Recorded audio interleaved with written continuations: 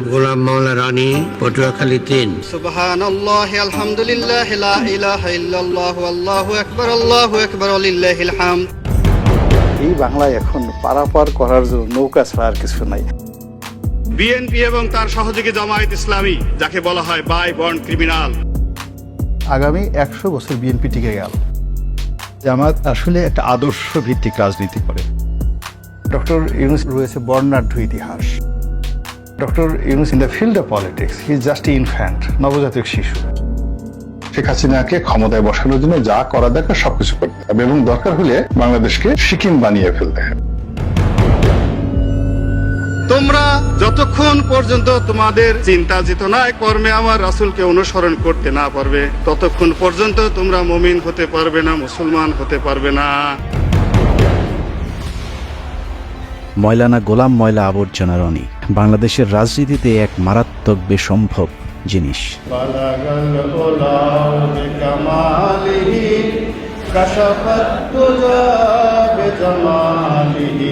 1967 সালে পয়দা হওয়া 57 পেরিয়ে 58-তে পা দিতে চলা এই স্বঘোষিত রাজনীতিবিদ এখন পর্যন্ত সিদ্ধান্ত নিতে পারেনি সে আসলে কোন দলের রাজনৈতিক মতাদর্শে বিশ্বাসী। আমি মনে করি মির্জা ফখরুল থেকে শুরু করে সবারই উচিত জয় বাংলা বলা। আওয়ামী লীগ এত অভাবগ্রস্ত, একটা লোকও নৌকার মাঝি হতে চায়। সংসদে কোনো রাজনীতি নেই। আমার সাথে অনেক বড় বড় মানুষ রয়েছেন যাদের হয়তো পদ পদবি নেই। বিজয় বলতে কি সিংহাসনে বসা?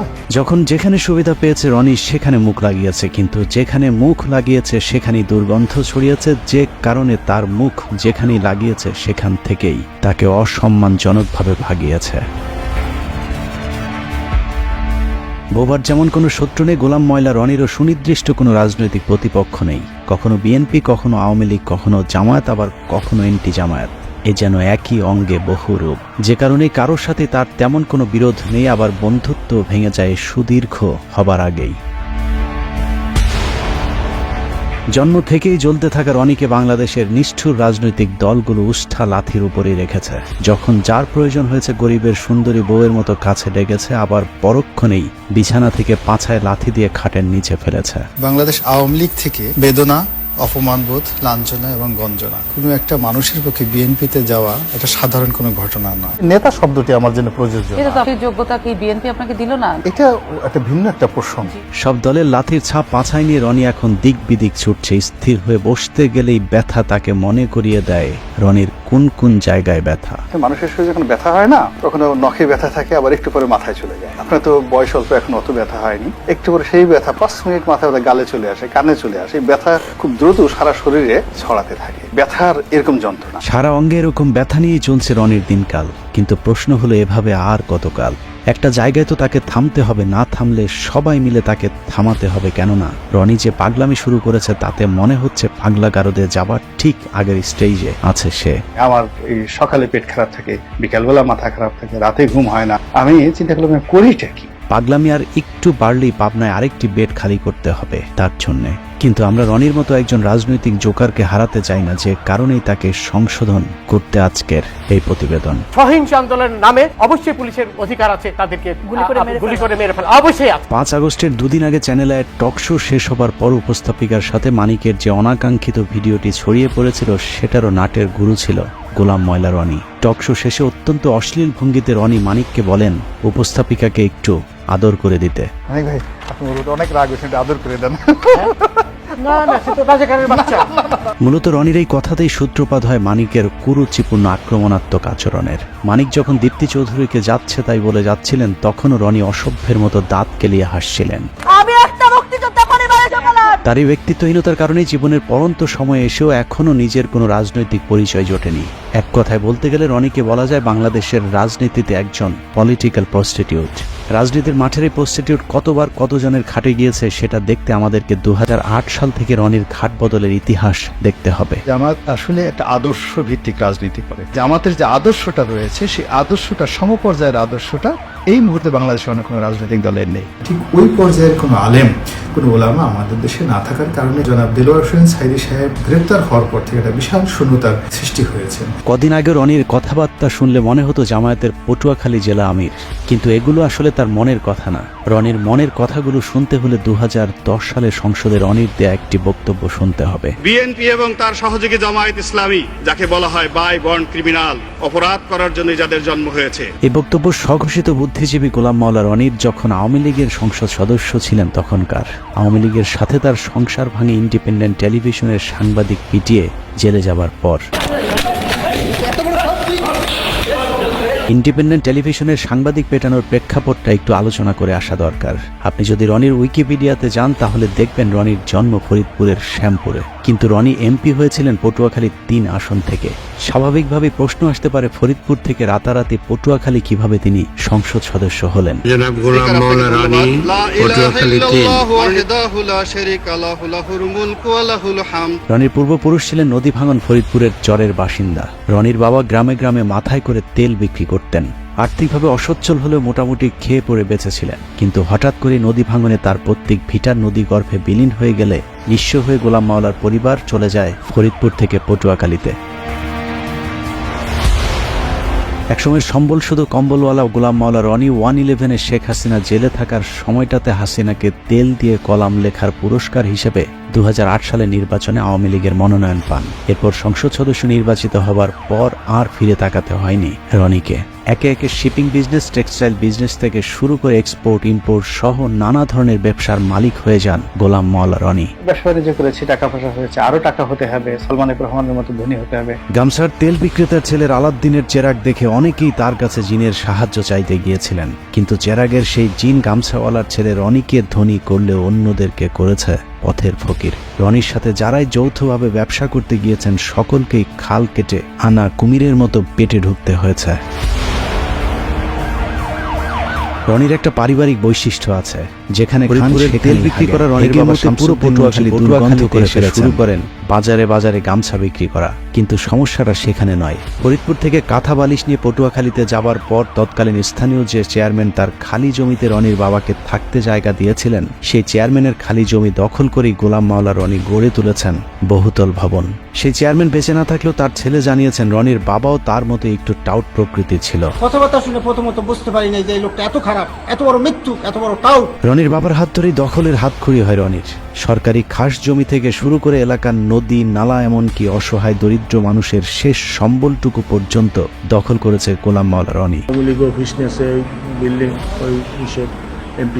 মাস্তানদেরকে বলেন যে আমার কাছ থেকে চাঁদা যদি নেয় একটু কম পরিমাণে ডিমান্ড করে, কিন্তু 5 লাখ দেওয়ার মতো তো আমার সামর্থ্য নেই। রনি বলছিল যে আপনার জমি বিক্রি করে চাঁদা দেবে। রনিকে এসব দখলবাজিতে যখন যেই বাধা দিয়েছে তার বিরুদ্ধেই মামলা ঠুকে দিয়েছেন মামলাবাজ গোলাম মাওলা রনি। সহযোগিতা করতে গেলে হ্যাগরও মামলা দেয়। টকশোতে মিষ্টি মিষ্টি কথা বলা রনি তার এলাকায় গড়ে তুলেছেন একটি ক্যাডার বাহিনী, যার নাম ভাইয়া গ্রুপ। এই গ্রুপের প্রধান গোলাম মাওলা রনির শ্যালক মকবুল খান। দখলবাজি আর চাঁদাবাজিতে অতিষ্ঠ গলাচিপা এলাকার মানুষ মকবুলের বিরুদ্ধে নালিশ করতে গিয়েছিলেন রনির কাছে, কিন্তু ভুক্তভোগী ব্যক্তিরা বুঝতে পারেননি টেলিভিশনের রনি আর টেলিভিশনের বাইরের রনি এক জিনিস নয়। সফরকালে এই রনির ক্যাডাররা আমাদেরকে ঘেরাও করে। সব বিষয়ে বিশেষজ্ঞ রনি টেলিভিশন টক শোতে নীতিবাক্যের ফুলছুরি ছড়ালেও নিজে জড়িয়েছেন নীতি বিবর্জিত অনৈতিক বিভিন্ন কাজের সাথে। মামলা দখল আর চাঁদাবাজি করে তেল বিক্রেতার ছেলে এখন শত শত কোটি টাকার মালিক। আমাদের এমন দিন আছে যে 10 কোটি টাকা আমাদের একসাথে ব্যাংক থেকে তুলবে। নিউ মার্কেট এলাকার নাইম রোডের লাক্সারি এই ভবনের 6-এর বি ফ্ল্যাটটিতে রনি নিজে থাকেন। রাজধানীর তোপখানা রোডের মেহরোবা প্লাজায় রয়েছে তার আরেকটি ফ্ল্যাট। বসুন্ধরা বাড়িধারা প্রকল্পে 5 কাঠা এবং পূর্বাচলে রয়েছে তার আরেকটি 10 কাঠার প্লট। নিজের অন্যান্য জায়গার বাড়ি ফ্ল্যাট থাকার তথ্য গোপন করে অবৈধভাবে তিনি এসব প্লট বাগিয়ে নিয়েছেন। হঠাৎ করে গোলাম মাওলা রনি কিভাবে আঙুল ফুলে কলা গাছ হয়ে গেলেন সেই খবর সংগ্রহ করতে গেলে ইন্ডিপেন্ডেন্ট টেলিভিশনের সাংবাদিকের উপর চড়াও হন রনি। মেমোরি কার্ড যদি নিয়ে থাকে মেমোরি কার্ড ফেরত দিয়ে দেন। কে আসলে মেমোরি কার্ড? আমার দ্বারা যদি কেউ ক্ষতিগ্রস্ত হয়ে থাকে এজ এ বড় ভাই হিসেবে আমি সরি। যাই হোক, ওই ঘটনায় গ্রেফতারের পর জেল খাটতে হয়েছে বেশ কিছুদিন। জেল থেকে বেরোলেও আর আওয়ামী লীগে ঢুকতে না পারায় নতুন ভাতারের সন্ধানে বের হন তিনি। খুঁজতে খুঁজতে বিএনপির সাথে দেখা। সাংগঠনিকভাবে চরম ভঙ্গুর অবস্থায় থাকা বিএনপি তখন ডক্টর কামাল কাদের সিদ্দিকী রনিদের মতো খড়কুটো যা পেয়েছে তাই আঁকড়ে ধরেছে। 2018 সালে নির্বাচনের আগে যেদিন রনি বিএনপিতে যোগ দিয়েছিলেন সেদিন সাংবাদিকরা তাকে প্রশ্ন করেছিল বিএনপিতে কতদিন থাকবেন। রনি তার উত্তরে বলেছিলেন মৃত্যু পর্যন্ত থাকতে এসেছে। আমি এখানে এসেছি এবং মৃত্যু পর্যন্ত এখানে থাকবো ইনশাআল্লাহ। মূলত 2018 সালে বিএনপির মনোনয়ন পেতেই রনির এই পোল্টিবাজি। রনির সেই ডিগবাজিতে ধানের শীষের টিকিটও পেয়ে গিয়েছিলেন, কিন্তু পটুয়াখালী 3 আসনে আজীবন বিএনপির রাজনীতি করে আসা বিএনপির মূল প্রার্থী মনোনয়ন প্রত্যাহার না করে রনির প্রতিদ্বন্দ্বিতা করেন। গোলাম মোল্লা রনি এখন আওয়ামী লীগের নির্বাচন কমিশন তার মনোনয়নের প্রার্থীতা বাতিল করেছে। সে তার আম ও সালা দুটি হারিয়েছে। 2018 সালে নির্বাচনে দেশের অন্যান্য এলাকার মতো রনির পটুয়াখালী 3 আসনেও বিএনপির মনোনীত প্রার্থী গণসংযোগ কিংবা ভোট দিতে যেতে পারেননি। কিন্তু পটুয়াখালী 3 আসনটিতে রনির প্রতিদ্বন্দ্বী হিসাবে তৎকালীন সিএসি নুরুল হুদার আপন ভাগ্নে সাজু হয় সেখানকার অবস্থা আরও ভয়ানক ছিল। সকালে রনির স্ত্রী ভোট কেন্দ্রে যাবার পর আওয়ামী লীগের লোকজন তার গাড়ি ভাঙচুর ও মারধর করলে রনি আওয়ামী লীগ প্রার্থীর বিরুদ্ধে মামলা না করে তার প্রতিদ্বন্দ্বী বিএনপির বিদ্রোহী প্রার্থী ও তার সমর্থকদের বিরুদ্ধে মামলার নির্দেশনা দেন। গাড়িটা আগে থানায় নাও, থানায় নিয়ে এই সুযোগে মানে প্রার্থী সহ সবাই মামলা দিয়ে দাও। আচ্ছা ঠিক আছে, এটা কিন্তু আমাদের সুযোগ এবং সব জায়গায় টেলিফোন করে হাজার হাজার লোক থানায় ঘেরাও করে। তারপরেও সে সময় বিভিন্ন অনুষ্ঠানে গোলাম ময়লা রনি নিজেকে বিএনপির অত্যন্ত গুরুত্বপূর্ণ এবং নীতি নির্ধারণী পর্যায়ের নেতা হিসেবে দাবি করতে শুরু করেন। আমি বিএনপির একজন নীতি নির্ধারণী, অন্যতম নীতি নির্ধারণী ব্যক্তিত্ব আমি এখানে বলছি। অভিযোগ রয়েছে মির্জা ফখরুল ইসলাম আলমগীরকে 10 লাখ টাকা দিয়ে রনি রাতারাতি দল পাল্টে বিএনপির টিকিট পেয়েছিলেন।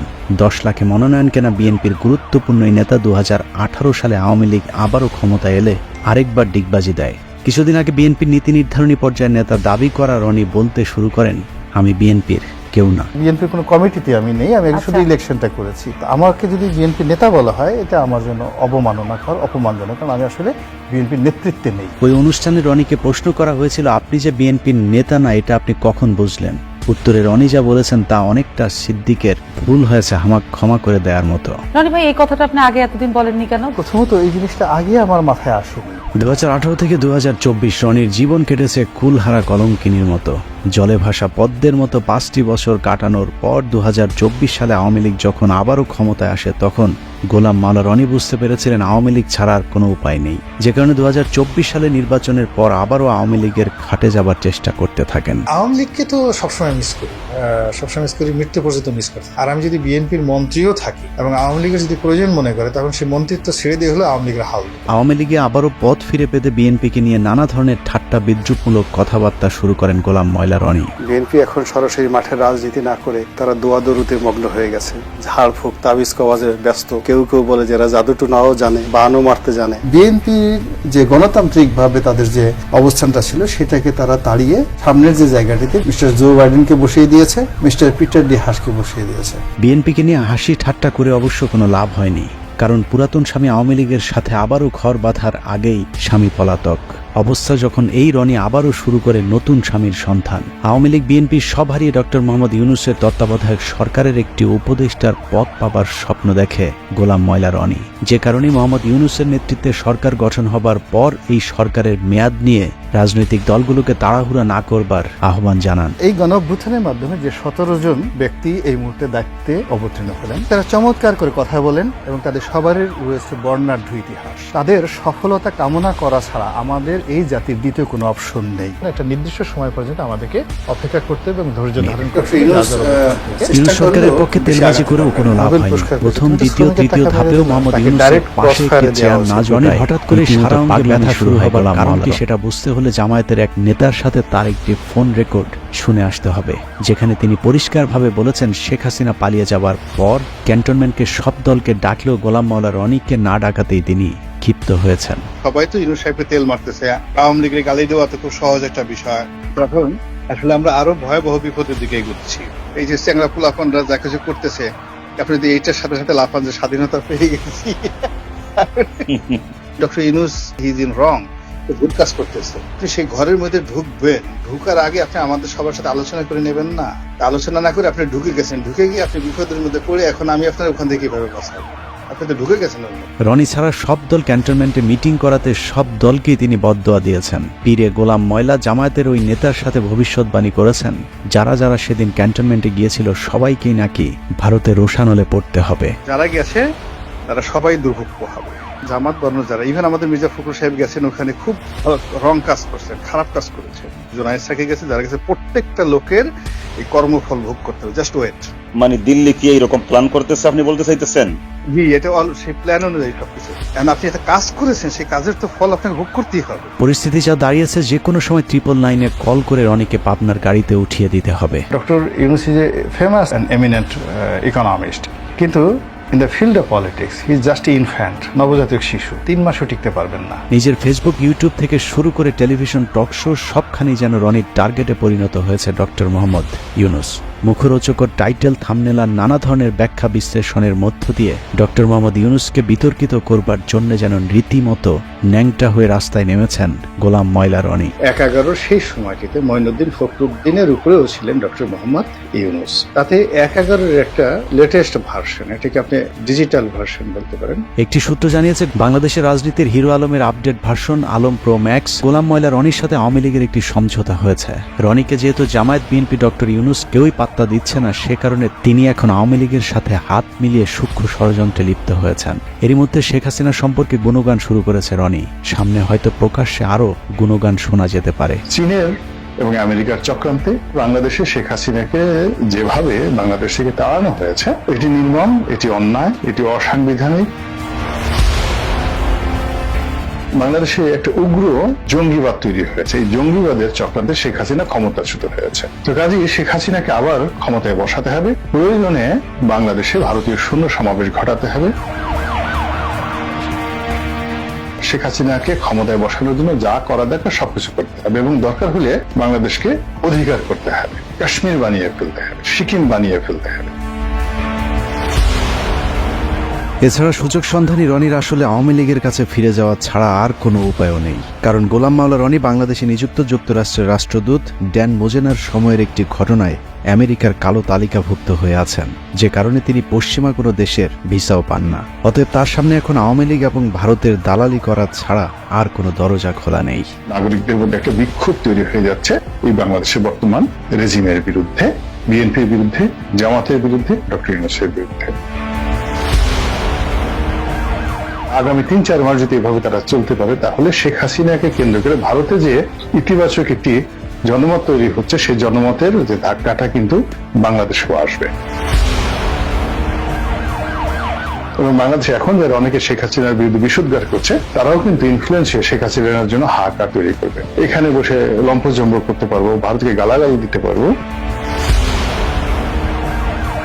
কিন্তু সত্যিকার অর্থে ভারতের যে কোনো আগ্রাসন, সেটা অর্থনৈতিক আগ্রাসন, সামরিক আগ্রাসন, কূটনৈতিক আগ্রাসন, সেটি মোকাবেলা করার মতো অবস্থা আমাদের কিন্তু এখনো হয়নি।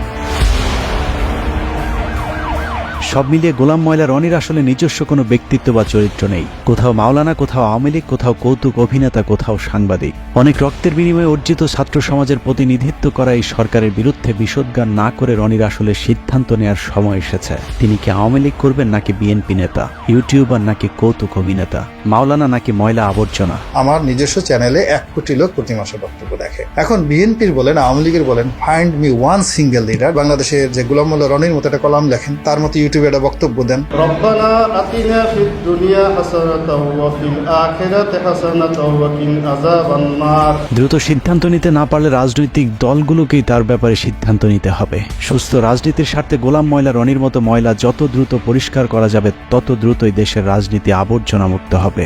আর সেই ময়লা আবর্জনা পরিষ্কার করতে যদি কারো বেলচা হাতে তুলে নিতে হয়, তাহলে সেটাও দ্রুতই নিতে হবে। রনির মতো এরকম চিড়িয়াখানার পশুকে খাঁচার বাইরে বেশি দিন রাখাটা অত্যন্ত ঝুঁকিপূর্ণ।